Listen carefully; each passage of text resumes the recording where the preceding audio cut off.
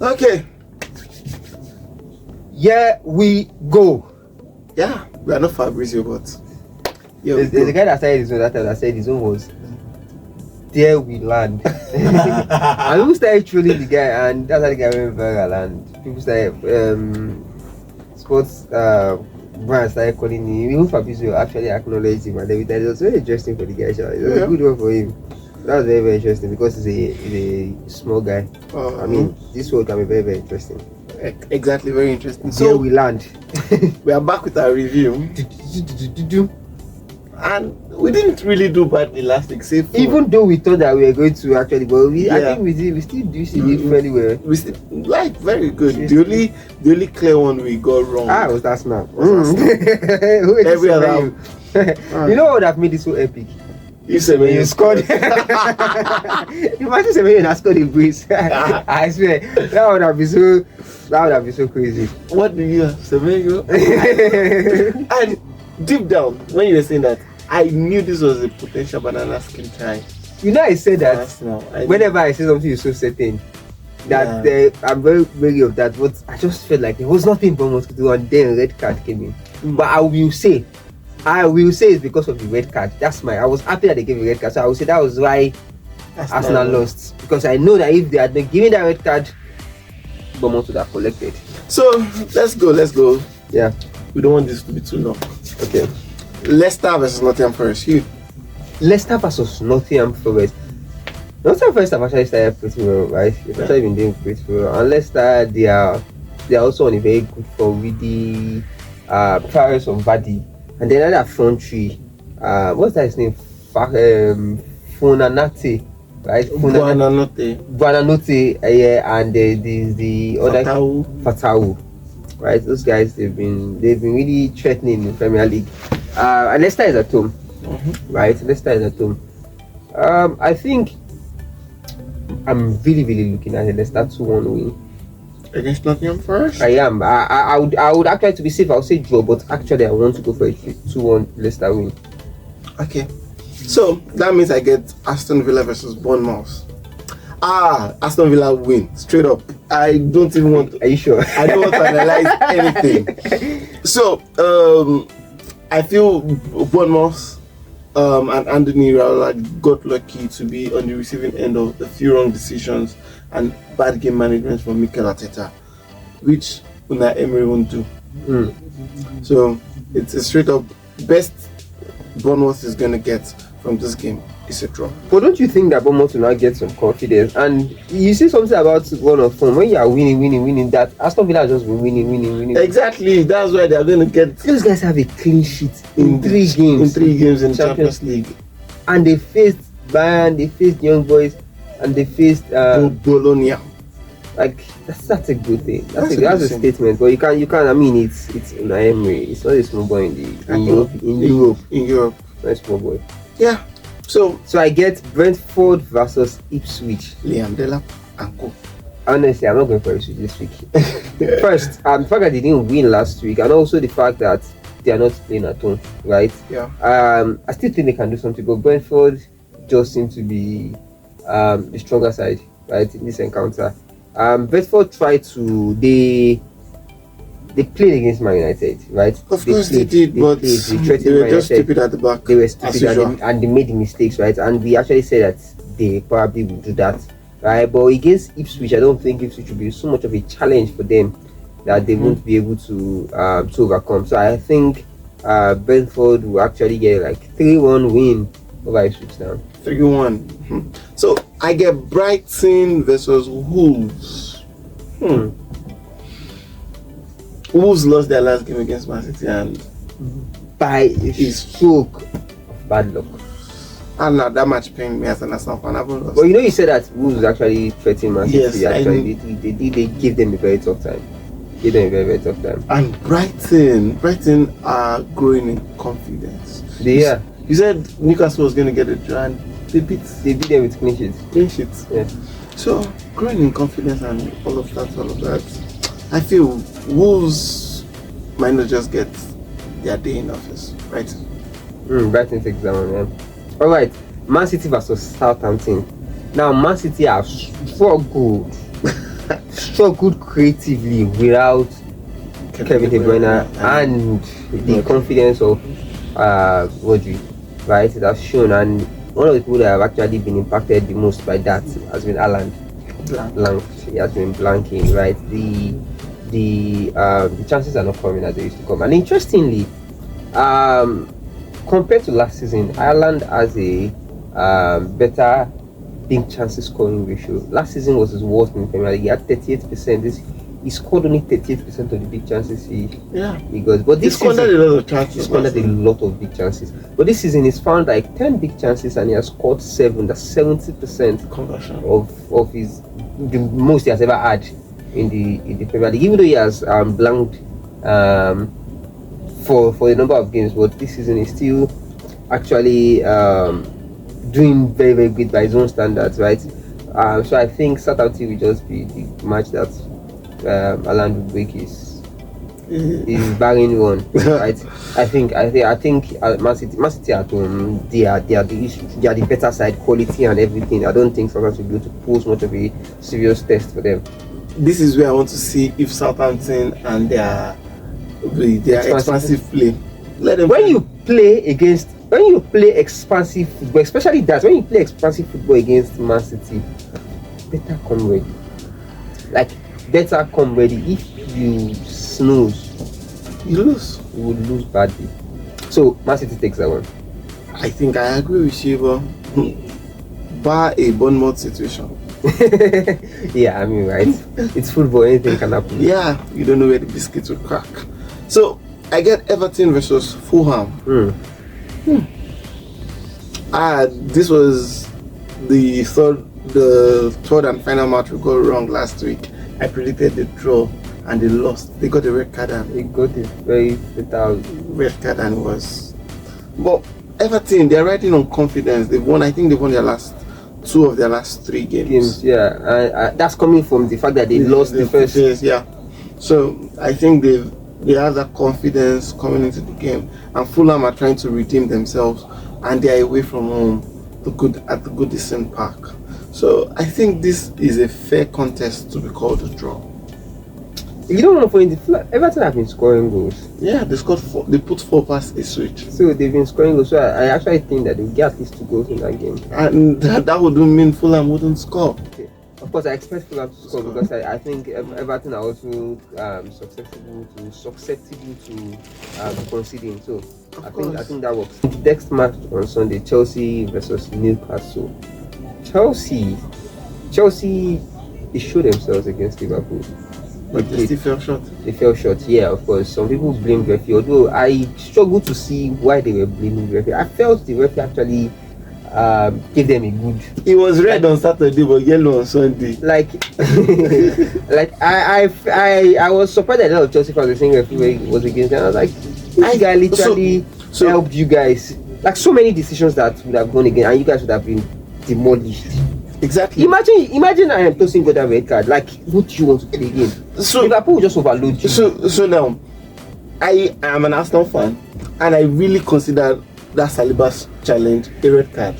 Not because Saliba was the last man, because obviously White was covering up his tracks. Yeah.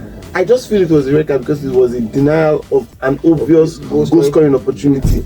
In Tosin's case, Tosin was the last man, and it was a denial of an obvious goal scoring opportunity, and he went away with a yellow card. That alone should absolve the referee of any wrongdoing. And I still feel, although we are still going to get to the Liverpool game against Arsenal, but I think every big match that Liverpool has won has not been because they won the game. Better side, yeah. They won because their opponent lost the game. So about that game, right? That Chelsea Liverpool game.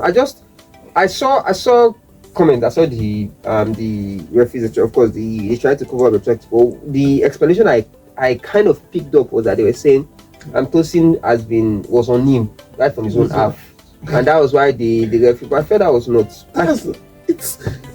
It was in that half you committed the offense. Are you telling me that if someone was challenging someone outside the box and then goes inside the box to complete the challenge, you will not give him a penalty? I mean, it's what it is. That's where the challenge occurred. And he should have gotten a red card. But yeah, Chelsea versus Newcastle, right?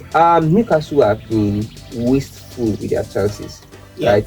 They've been wasteful with their chances, and Chelsea have also been a bit wasteful, but they've also been quite clinical. They've been scoring, they've been getting goals, right, and been getting in good positions. Of course. So I think Chelsea might just make this one. And unless Newcastle are able to just put up a very confidential, you understand? I feel if Newcastle are able to come all out, Chelsea can't stand them. I feel that, but I doubt that they would muster the courage to do that and the confidence. And that is what I think. That's why I think Chelsea would actually make this one. So Crystal Palace versus Spurs. Spurs has not been shining. It's been a bit on and off.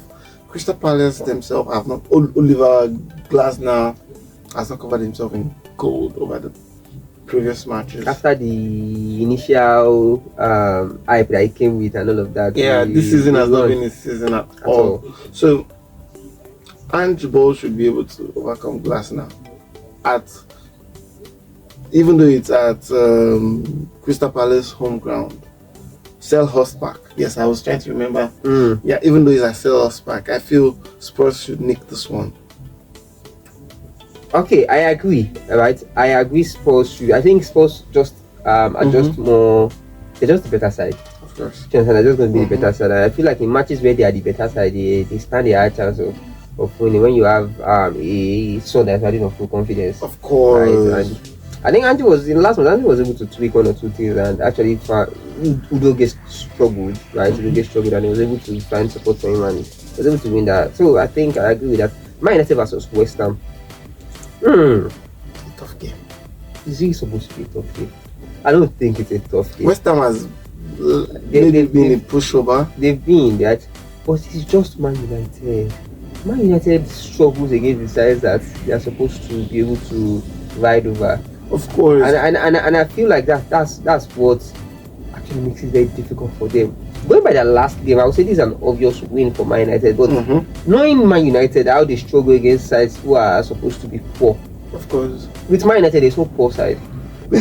Sincerely speaking, there's no. You know, Man U didn't win that game on Saturday. Seriously, Brentford lost it. There's no poor side with Man United. No, Man U actually played. They eventually did come out. I mean, Rashford. But after the second goal, it was back to. Yes, now yeah, of course. I mean, that's Man United. You understand? You don't see that full drive and all that. Exactly.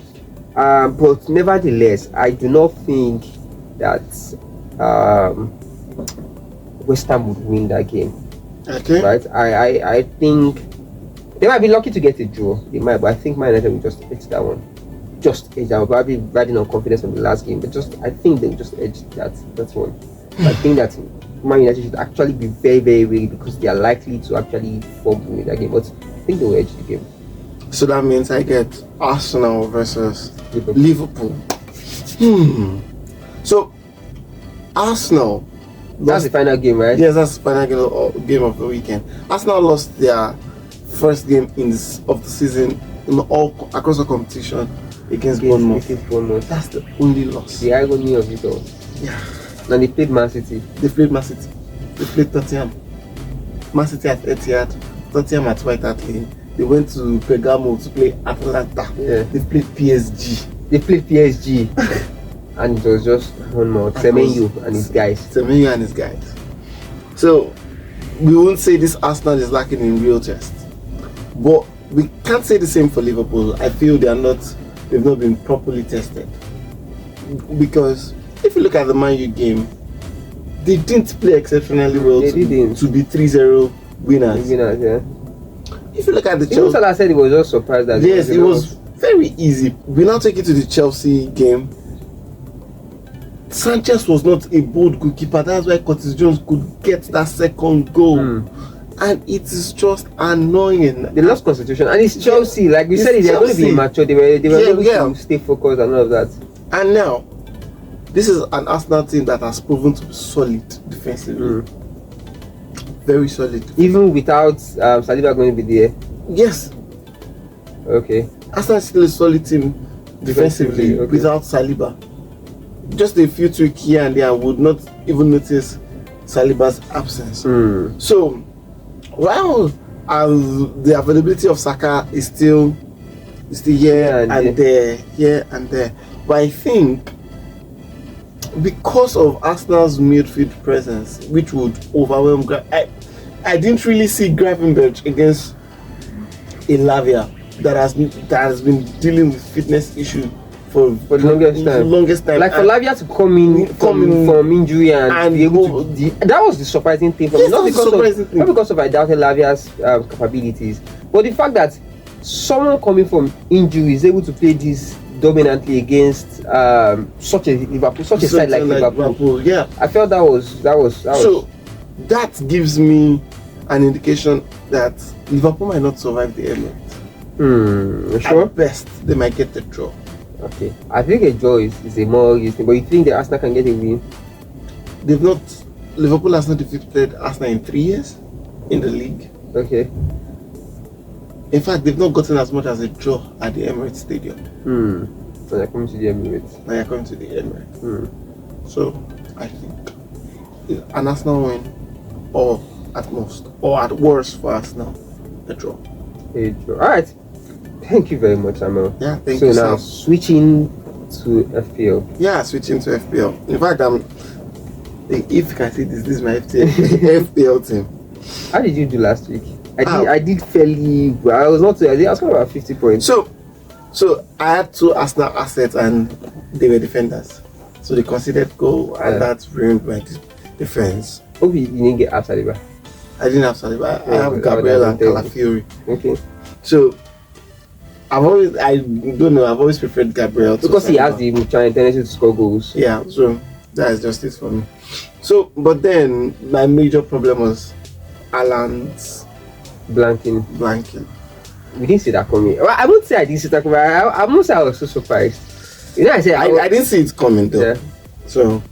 So for this week, Alan has a very Southampton. He should be able to get goals. Yeah. So I think I'm still retaining Haaland as my captain. My differential still remains Raul Jimenez. He scored. He scored a very beautiful goal. A very beautiful goal like that. With an assist from Leno. That was a beautiful work, right? So and for my goalkeeper, Mark Flecken.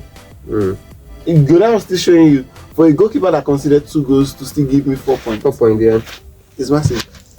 Which means he made 9 saves in the game. So, what have you? My striker, I'm still going for, what's his name? I'm still going for Haaland. I'll go for Haaland this year. Haaland is my permanent striker. I just gave Salah because I felt Salah had more chances against scoring against us. I did give a goal and assist. It's that kind of game that Salah will turn up, right? Against Man United, Salah will turn up. Against Chelsea, Salah will turn up. Against Arsenal, right? I think he's going to get something, but I feel more comfortable having Haaland as my striker. Okay. Then as my goalkeeper, I would like to test the waters with Onana, right? And yes, why? I think it's a risk, right? But it's a risk that I think can pay off. I think Man United have all it takes to keep a clean sheet. If they can just be half a decent side, I think they will take a clean sheet against West Ham. Okay. If they can be just half a decent side. Then as for my differential, I would go for Chris Wood of Nottingham Forest. Yeah, I just went over him now. Against Nottingham Forest. I think even if I don't think that Nottingham Forest would Nottingham Forest against Leicester, right? Even if I think that Nottingham Forest might not win the game, I think that he's the most likely to get a goal in that game. Okay, no problem. So may the odds be in your favor. And may the banter also be in your favor. Just remember, this is not a financial advice at all. Don't take us to court. We don't like court cases. We don't like court cases. So this is Ojetunde Samuel of Irisword signing out. And this is Samuel Davies of Banter Click. Peace. By the way, a big shout out to Africa Tech Radio for providing us with their studio space. This is a wonderful space. Thank you, Africa Tech Radio. Follow them on all social media platforms. Tech Radio, Africa Tech Radio, on all social media platforms. For your studio needs and your space and whatever audiovisual needs you have, they are always there for you.